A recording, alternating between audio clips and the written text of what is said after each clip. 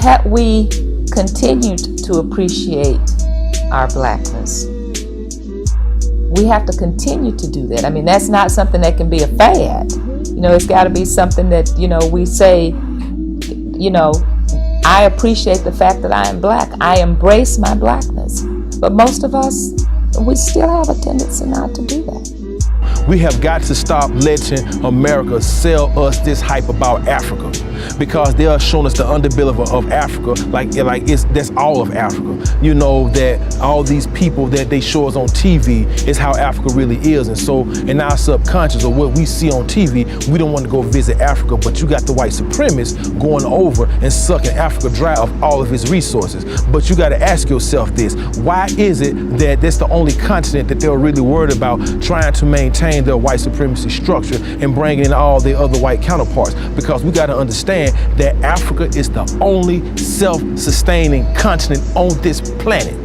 No other country cannot exist without Africa. If we was to eliminate all the other continents, Africa can exist by itself. And Africa is also the largest continent. And then these white supremacists, they know this. And so when they go in and they starting to suck all the resources dry, and then they get us to sell us a hype so that we cannot unify as a world-class African people. It was always a fear of retribution. It's always been a fear.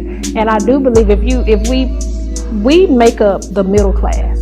There's really no such thing as a middle class, but we know that's what they call it. We make up the middle class. If we come together and unify ourselves, do you know what the impact that would make on just the government, the money, the power that they have? That would make a huge impact alone if we were to come together. If we want to make a better life for ourselves, we must first acknowledge that there is a force out there, there is an opposition out there that does not want to see us succeed. We have to stop this whole, I don't want to acknowledge racism because it makes me uncomfortable. You can't get anything accomplished in your comfort zone. So if your circle is an all-white circle, then your circle needs to change. You need to, we understand the white circle. Let's go outside of that, include others in our circle who have a different story and who have a different history, and get to know them. And the first step is trying to, getting to know each other and understanding the other person's story. And I think once you get to know their story, that's when things can start to change, once there's more of an understanding of who the other person is.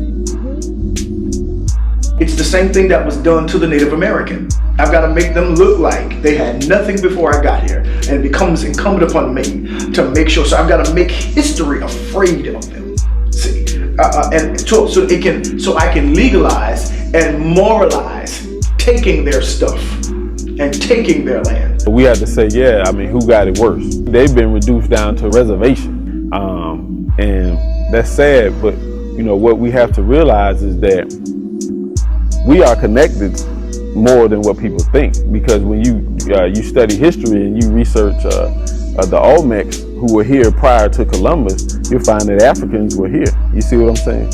So when you start getting into indigenous tribes and you start studying the history, you research the Moors and you research like the Washita Nation, or right here in the state of Alabama, you can go right to Moundville and you see those mounds there. You research those people, you'll find that they were black like you and me. I mean black, but called Indians. We live in Tuscaloosa, Alabama, Black Warrior River.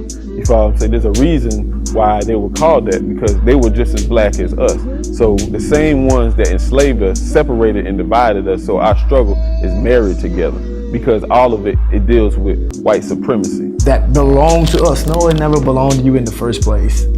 Right, and so that's like when you talk about make America great again, then give the Native American back their land.